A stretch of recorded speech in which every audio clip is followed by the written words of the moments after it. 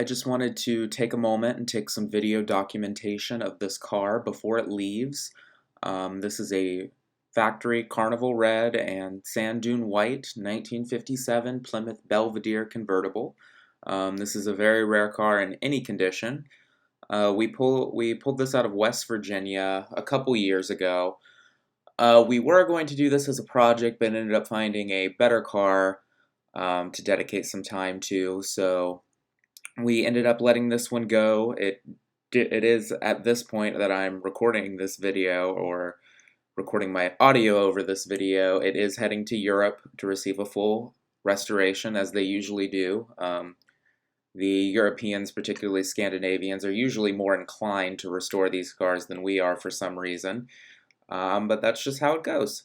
And it will have a very good life over there and find new meaning, I'm sure. This was a 100% complete car, 301 power flight, a little bit unusual to have all power, most power options and a power flight transmission and such a nice convertible. But yes, this is another shot of the exterior. It had sat without a top for a good 30 or 40 years at least. There wasn't much left to the bottom, but it did have a solid frame, which is pretty much all you need, and all the convertible mechanism parts on a forward-look convertible, and someone will take it back just because there are none of them left. This is definitely going to be a beautiful car someday. I look forward to the owner sending me pictures of it when it's done. We had a Dodge convertible where it did the same. We've sent several cars to Europe and always amazed by the results of what some of the masters over there do. It's just absolutely incredible. There's even some of the original top boot cover left.